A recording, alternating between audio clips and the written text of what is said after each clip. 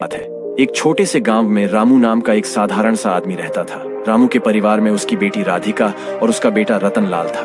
रामू एक सीधा साधा मेहनती और ईमानदार आदमी था। वो गांव में मजदूरी करके अपना गुजारा कर रहा था। कुछ दिन बाद उसकी बेटी राधिका की शादी अब तय हो चुकी थी। जब ये बात गांव के जमींदार को पता चली तो जमींदार सोचने लगा, अच्छा तो रामू की बेटी की शादी तय हो गई है। रामू ही अपने आप को रईस समझता है। सारे गांव ने मुझसे कर्ज ले रखा है, लेकिन रामू ही अकेला ऐसा आदमी है जिसने मुझसे कर्ज नहीं लिया। आज तक वह मेरे सामने कभी कर्ज मांगने के लिए नहीं आया। उसे इस बात का बहुत घमंड है। मैं भी देखता हूँ ये शादी कैसे होती है। अभी मेघा और बिल्ला को बुलाता हूँ। असल में मेघा और बिल्ला पुराने चोर थे और वह पैसों के लिए जमींदार के सभी उल्टे सीधे काम किया करते थे। जमींदार मेघा और बिल्ला को बुलाया। मेरी बात ध्यान से सुनो।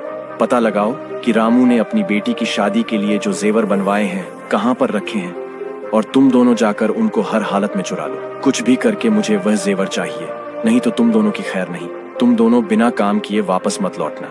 मैं रामू को अपने पैरों पर गिड़गिड़ाते हुए देखना चाहता हूँ। वे दोनों कहने लगे, आप बिल्कुल भी चिंता मत कीजिए जमींदार जी, आज रात को ही आपका काम हो जाएगा।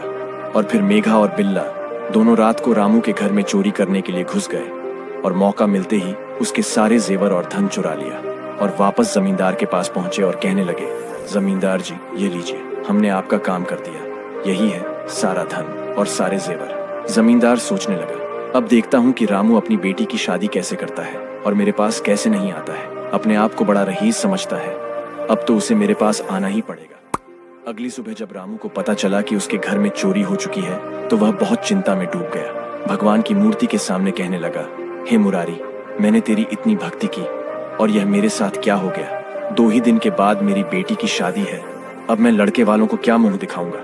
और ये कहते हुए रामू की आंखों से आंसू आ गए। रामू का बेटा रतन कहने लगा, पिताजी अब जो होना था वह तो हो गया, अब आगे क्या करना है यह हमें सोचना चाहिए। शादी को तो हम तोड़ नहीं सकते, सारी तैयारियां हो चुकी हैं। अगर यह शादी टूट गई तो हमारी बहुत ही बदनामी हो जाएगी। मुझे तो लगता है कि आपको जमींदार से कुछ रकम उधार में ले लेनी चाहिए ताकि हम राधिका की शादी आराम से कर सकें। बाद में हम कुछ न कुछ करके सारा कर्जा चुका ही देंगे। अभी हम लोगों को सिर्फ शादी के बारे में ही सोचना चाहिए। रामू बोला, हाँ बेटा तुम बिल्कुल ठीक कहते हो, मैं अभी जमींदार साहब के पास जाकर कुछ पैसे कर्ज लेकर आता हूँ। यह कहकर रामू जमींदार के पास जाने के लिए घर से निकल गया। जमींदार रामू को अपने घर पर आता हुआ देखकर कहने लगा, आओ रामू आओ, कैसे आना हुआ, सुना है तुम्हारी बेटी की शादी तय हो गई है। रामू ने कहा, मालिक हुई तो है लेकिन एक अनर्थ हो गया। कल रात को मेरे घर पर चोरी हो गई और जितने भी जेवर और पैसे थे वह सब चोर उठाकर ले गए। अब मुझे कुछ भी समझ में नहीं आ रहा है कि मैं क्या करूं। जमींदार को तो पहले से ही सब कुछ पता था, फिर भी वह नाटक करते हुए कहने लगा, अरे यार रामू ये तो बहुत बुरा हुआ। खैर तुम चिंता मत करो, यह बताओ कि यहाँ पर कैसे आना हुआ। बेचारा रामू जमींदार से बोला, मालिक मैं आपसे उसी बारे में बात करने के लिए आया हूँ। आप तो जानते हैं कि अब मेरे पास कुछ नहीं बचा, इसी वजह से मुझे धन की आवश्यकता है। यह सुनकर जमींदार मन ही मन बहुत ही खुश हुआ। सोचने लगा, यह हुई ना बात, अब आया ना ऊंट पहाड़ के नीचे। उसने रामू से कहा, देखो रामू भाई, कर्ज तो मैं तुम्हें दे दूंगा, लेकिन तुम चुकाओगे कब? तुम्हारे पास तो गिरवी रखने के लिए भी कुछ नहीं है। रामू ने जमींदार से कहा, मालिक मैं और मेरा बेटा दोनों बहुत ही मेहनत करेंगे, बहुत काम करेंगे और जल्दी से जल्दी आपकी पाई पाई चुका देंगे। मुझ पर विश्वास कीजिए मालिक। जमींदार बोला, ठीक है मैं तुम्हें पैसे दे देता हूँ। ऐसा कहकर जमींदार ने रकम की थैली रामू को पकड़ा दी। रामू वो पैसे लेकर वहां से चला गया और फिर उसने अपनी बेटी की शादी बड़ी धूमधाम से की। कुछ दिनों के बाद उसका बेटा रतन रामू से कहने लगा, पिताजी शादी तो बहुत ही अच्छे से निपट गई, अब हमें जमींदार का कर्जा भी चुकाना होगा, इसलिए मुझे कई काम की तलाश में निकालना होगा। इतना कहकर रतन गांव में काम ढूंढने के लिए निकल जाता है। वह पूरा दिन गांव में काम ढूंढता रहा। बहुत सारी जगह जाकर उसने पूछा, लेकिन उसे कहीं पर भी कोई काम नहीं मिला। आखिरकार वह निराश होकर अपने घर वापस आ गया और अपने पिता से कहने लगा, पिताजी मैंने गांव में बहुत काम ढूंढा लेकिन मुझे कहीं पर भी कोई काम नहीं मिल रहा। मैं जमींदार के यहाँ पर भी गया था लेकिन उन्होंने भी मुझे मना कर दिया। मुझे लगता है कि गांव में शायद मुझे कोई काम नहीं मिल पाएगा, इसलिए मुझे नगर में जाकर ही काम ढूंढना पड़ेगा, शायद वहां पर कुछ काम मिल जाए। यह सुनकर रामू कहने लगा, तुम ठीक कहते हो बेटा, तुम तो जानते ही हो कि मैंने आज तक कभी किसी से उधार नहीं लिया। पहली बार हमारे मुश्किल समय में जमींदार ने हम पर भरोसा करके पैसे दिए हैं। जमींदार एक अच्छा आदमी है, हमें उसके पैसे समय रहते लौटा देने चाहिए। रतन बोला, पिताजी आप चिंता मत कीजिए, मैं शहर जाकर कुछ ना कुछ काम जरूर ढूंढ लूंगा और जल्दी से जल्दी जमींदार का कर्जा लौटा दूंगा। आप बिल्कुल निश्चिंत रहिए। इतना कहकर रतन नगर की ओर चला गया। किस्मत का करना ऐसा हुआ कि वहां पर उसे एक सेठ के यहाँ पर अच्छी नौकरी मिल गई। कुछ ही दिनों के बाद रतन पैसे कमाकर गांव वापस लौट आया। लौटते ही उसने अपने पिताजी से कहा, पिताजी, आपके आशीर्वाद से मुझे नगर में अच्छी नौकरी मिल गई है और मैंने अच्छी खासी रकम भी जमा कर ली है। उसने रकम की थैली अपने पिता को दी और कहा, पिताजी, अब आप जाकर जमींदार का सारा कर्जा चुका दीजिए। रामू ने कहा, बेटा, यह तुमने बहुत ही अच्छा काम किया। मैं दिन रात यही सोचता रहता था कि जमींदार का पैसा समय पर लौटा पाऊंगा या नहीं। आज तुमने यह खुशखबरी देकर मुझे चिंता मुक्त कर दिया है। मैं अभी जाकर जमींदार का पैसा वापस लौटा आता हूँ। अच्छा पिताजी, आप जाइए और पैसे लौटा आइए, लेकिन मुझे तो अभी के अभी शहर वापस जाना होगा क्योंकि मुझे अभी वहां पर काफी काम है। मैं वापस निकलता हूँ। यह कहकर रतन वापस नगर की तरफ लौट गया। इसके बाद रामू पैसे लेकर जमींदार के घर की तरफ चल दिया। जमींदार के घर पहुंचकर वह जमींदार से कहने लगा, जमींदार जी राम राम। जमींदार ने रामू को देखा तो कहा, आओ रामू, कैसे आना हुआ? क्या तुम्हें और पैसों की जरूरत पड़ गई? रामू बोला, नहीं मालिक, मैं तो पुराना लिया हुआ कर्ज वापस लौटाने के लिए आया हूँ। आपने आवश्यकता के समय मेरी सहायता की, उसके लिए मैं आपका आभारी हूँ। जमींदार ने कहा, अरे वाह, बड़ी जल्दी पैसों का इंतजाम कर लिया तुमने। जबकि जमींदार मन ही मन सोच रहा था, अगर इसने इतनी जल्दी कर्जा चुका दिया तो मुझे ब्याज बहुत ही कम मिलेगा। इस तरह से मेरा तो कर्जा देने का कोई फायदा ही नहीं हुआ। इस अनपढ़ गवार रामू से और पैसे निकलवाने होंगे।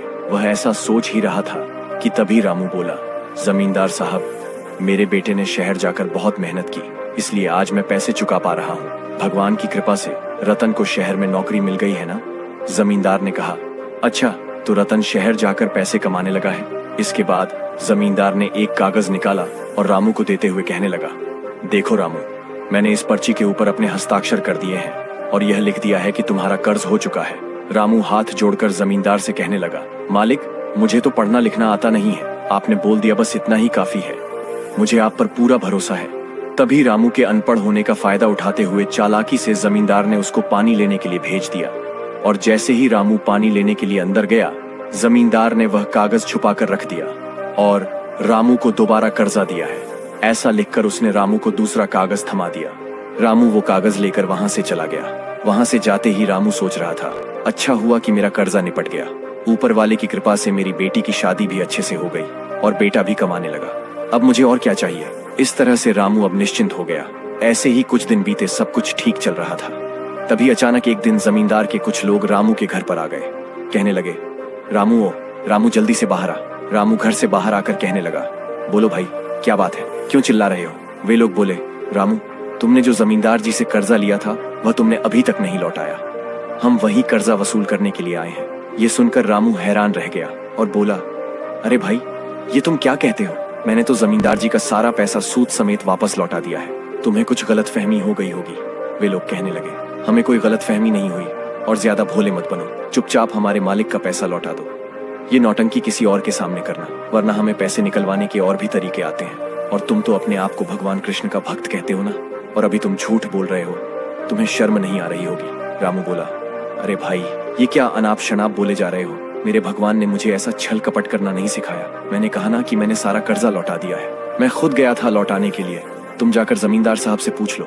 वे कहने लगे, हमारे मालिक ने ही तो भेजा है हमें यहाँ पर। हमारे मालिक क्या पागल हैं जो बिना किसी वजह से हमें तुम्हारे पास पैसा लेने के लिए भेजेंगे? तुम नाटक करना बंद करो और चुपचाप पैसे निकालो, वरना तुम्हारा अंजाम बुरा होगा। तुम्हें हम सिर्फ 2 दिन की मोहलत देते हैं। 2 दिन के अंदर अंदर कुछ भी करके जमींदार साहब का कर्ज चुका दो, वरना अंजाम क्या होगा तुम सोच भी नहीं सकते। जमींदार के आदमी रामू को डरा धमका कर वहां से चले गए। रामू बहुत ही परेशान हो गया।